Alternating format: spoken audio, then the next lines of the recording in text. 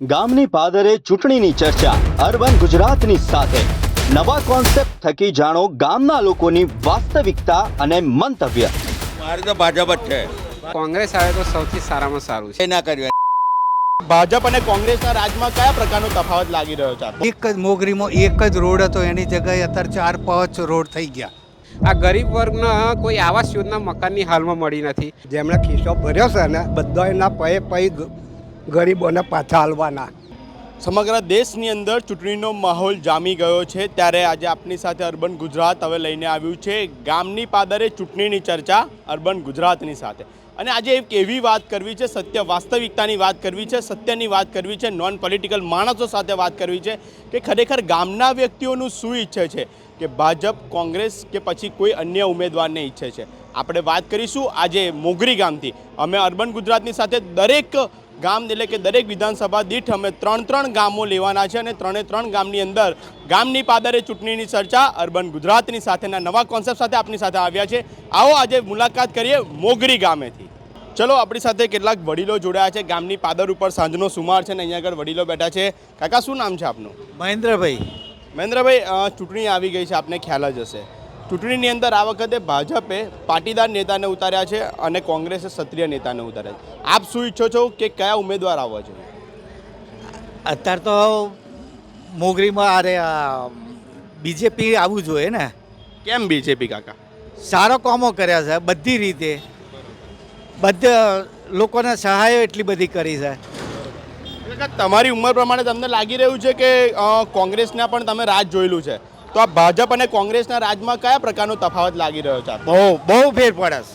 શું કેવો કેવી રીતના? પહેલાં તો કોંગ્રેસના એમાં તો રોડ રસ્તા આન તે કશું જ નહોતું. બીજેપીની સરકારમાં તો બધી રીતે છૂટથી ફરે, રસ્તાઓ, રોડ, ગ્રાન્ટો આલે છે બધું જ. બીજું કોઈ તમારે એવું અપેક્ષા શું રાખો છો ઉમેદવાર પાસેથી આવે તો કયા પ્રકારની અપેક્ષા રાખો? અપેક્ષા તો આ જો કે શું છે કે રાતે વહેલા મોડા છૂટથી ફરી શકે છે આન તે સરકાર. તમારું નામ શું છે વડીલ? સંબત જસભાઈ પટેલ. ઘનશ્યામભાઈ, શું ઈચ્છો છો? ભાજપ, કોંગ્રેસમાંથી કયા ઉમેદવારને તમે નક્કી કરશો? ભાજપ જીતવું જોઈએ કે કોંગ્રેસ જીતવું જોઈએ? મોદી. ભાજપ જ જોઈએ. કોણ જોઈએ? ભાજપ જ. મોદી જ જોઈએ. કેમ મોદી? મોદી એટલે આખા વલ્લું જુઓ. અત્યારે આપણે હિન્દુ બૈરો લેડીઝ બધી મોદીની દ્રષ્ટિએ હરીફરે છે બહાર. મોસને ગમે તે કેન્ડિડેટ મૂક્યો હોય ભાજપવાળાએ, પણ ટોપમાં જોઈએ તો મોદી જોઈએ. વર્લ્ડ લેવલમાં જુઓ, આજ દિન સુધી અમેરિકામાં મોદીને કોઈ વિઝા નહોતા મળતા. અત્યારે કોઈ બી વર્લ્ડમાં તમે જો મોદીને પહેલો બોલાવશે. કેમ? શું અપેક્ષા શું રાખો છો આવનારા ઉમેદવાર પાસેથી? ઉમેદવાર તમારે વસે છે કેન્ડિડેટ બકાભાઈ. એમની અપેક્ષા શું રાખો છો? કેવા કામ કરવા જોઈએ એમણે? બધા આમ ટોટલ કામ કરશે સ્ટેપ બાય સ્ટેપ. એકદમ તાત્કાલિક તમે કોઈ બી હોય તો દવાખાનું જોઈએ તો તાત્કાલિક કામ ના કરે ને, સ્ટેપ બાય સ્ટેપ કરે છે બકાભાઈ. બીજા પણ કેટલાક વડીલો આપણી સાથે જોડાયા છે, આપણે તેમની સાથે પણ વાત કરીશું. કાકા જોડાયા. કાકા, શું લાગે છે, ભાજપ કે કોંગ્રેસ આ વખતે ચૂંટણીમાં? ભાજપ. ભાજપ. કેમ ભાજપ? ભાજપ મોદીનું કામ સારું છે ને એટલે.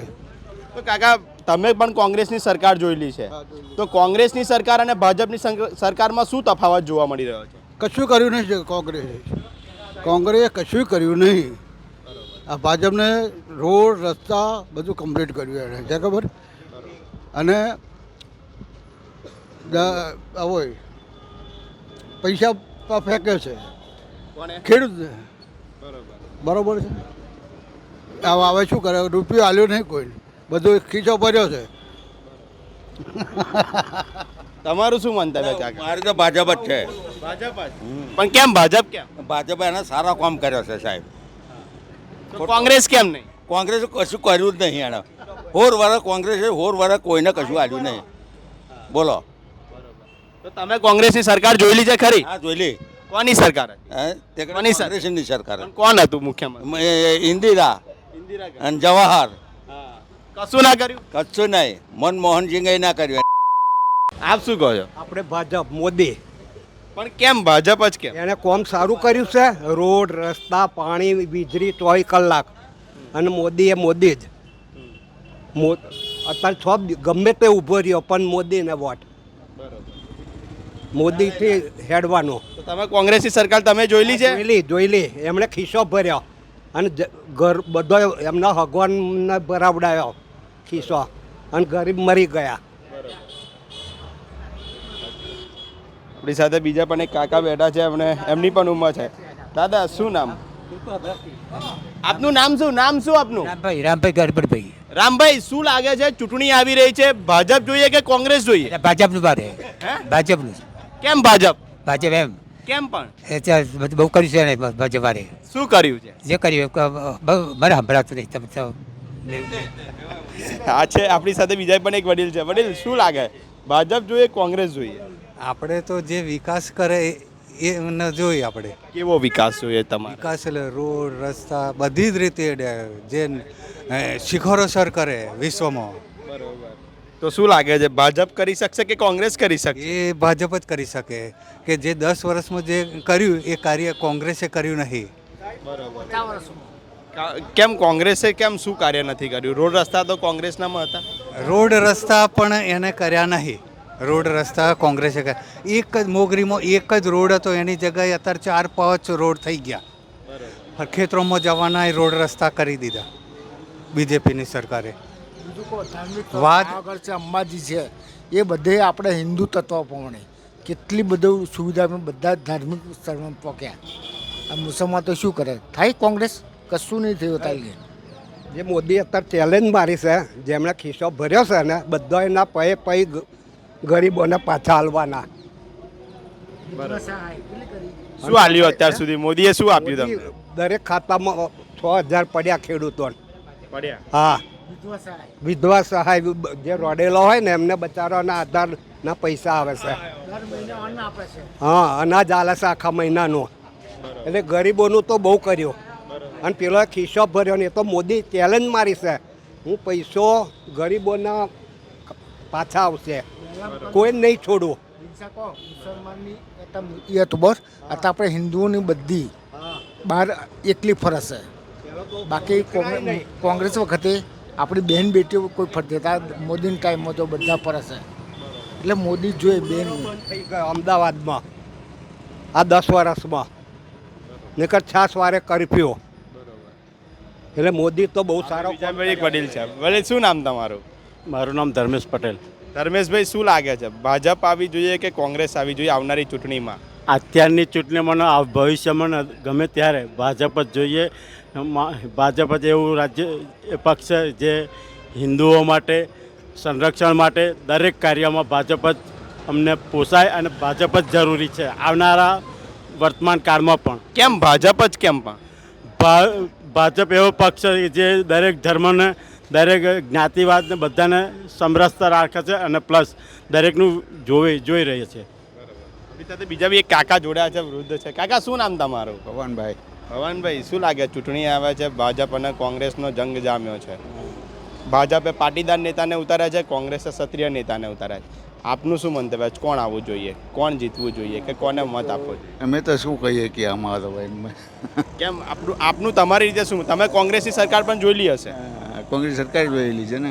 તો અત્યારે ભાજપની સરકાર ને કોંગ્રેસની સરકારમાં શું તફાવત જોવા? ઘણો તફાવત છે આમાં. હવે કોણ લાગવું જોઈએ તમને? કોણ જીતવું? ભાજપ લાગવી જોઈએ ને. ભાજપ જ આવશે. કેમ ભાજપ જ? ભાજપના કાર્ય સારા છે ને બધા એટલે. કાર્ય સારા છે. તો કોંગ્રેસે કાર્ય સારા નતા કર્યા? કોંગ્રેસ વખતમાં હતા કાર્ય સારા, પણ હવે એમાં ઘણો ફરક પડે છે ને અત્યારે. કોંગ્રેસનું અધૂરું મૂકેલું કામ ભાજપે પૂરું કરી દીધું છે બધું. એટલે કોંગ્રેસે કામ કર્યું છે પણ અધૂરું હતું. અધૂરું હતું બધું ને. એટલે કોંગ્રેસ ફરી કદાચ આ જે ચૂંટણી આવે છે એની અંદર ભાજપ કોંગ્રેસમાંથી તમારું શું મંતવ્ય, કોણ જીતવું જોઈએ? આમાં ભાજપ જ જીતવું જોઈએ ને. ભાજપ જ જીતવું જોઈએ. તો આ હતા આપણે મોગરી ગામના પાદર પર, કે અહીંયા આગળ આપણે એવા નોન પોલિટિકલ વ્યક્તિઓ સાથે વાત કરી કે ખરેખરમાં એ વ્યક્તિઓ કે કોને મત આપવા ઈચ્છે છે, કોની સરકાર બનાવવામાં ઈચ્છે છે. અર્બન ગુજરાત સાથે અમારી સાથે જોડાયેલા રહેજો. અર્બન ગુજરાત હવે આપને આ એક નવા ટોપિક સાથે, એક નવા મુદ્દા સાથે, લોકોની વાત, સત્ય વાત આપની સમક્ષ લાવશે. આજે પ્રથમ એપિસોડ હતો અમારો મોગરી ગામની અંદર. હજી પણ કેટલાક સાથે આપણે વાત કરીશું. આવો મારી સાથે. બીજા પણ એક વ્યક્તિ આપણી સાથે જોડાયા છે. જી, આપનું નામ શું છે? મારું નામ છે વિપિનભાઈ રમણભાઈ રોહિત. બિપિનભાઈ શું લાગે છે આવનારી ચૂંટણીમાં ભાજપ જોઈએ કે કોંગ્રેસ જોઈએ? હવે આજ સુધી તો આવનારી ચૂંટણીમાં ગમે તે હોય, પણ હવે જે ચૂંટણીનો રસ અત્યારનો જે માહોલ જોઈને લાગી રહ્યો છે તો કોંગ્રેસ આવે તો સૌથી સારામાં સારું છે. કેમ કોંગ્રેસ જ? કેમ કોંગ્રેસ તો અહીંયા અમારા ગામમાં આવાસ યોજનાઓ નથી મળતી. વિધવા સહાયોના જે પેન્શન મળવું, જે વૃદ્ધ સહાય, એ વૃદ્ધ સહાય મારા જાણવા મુજબમાં કેટલાક ઘરના અને કેટલાક ઘણા લોકોને વૃદ્ધ સહાય હજુ સુધી મળી નથી, જેમને 5-6 મહિનાની બાકી હોય છે. પછી આવાસ યોજનામાં ધારો કે ઇતર દલિત સમાજ હોય, દેવી પૂજક વિસ્તાર હોય, દરબાર જ્ઞાતિ હોય, આ બધી જ્ઞાતિમાં કઈ ગરીબ વર્ગ હોય, આ ગરીબ વર્ગના કોઈ આવાસ યોજના મકાનની હાલમાં મળી નથી.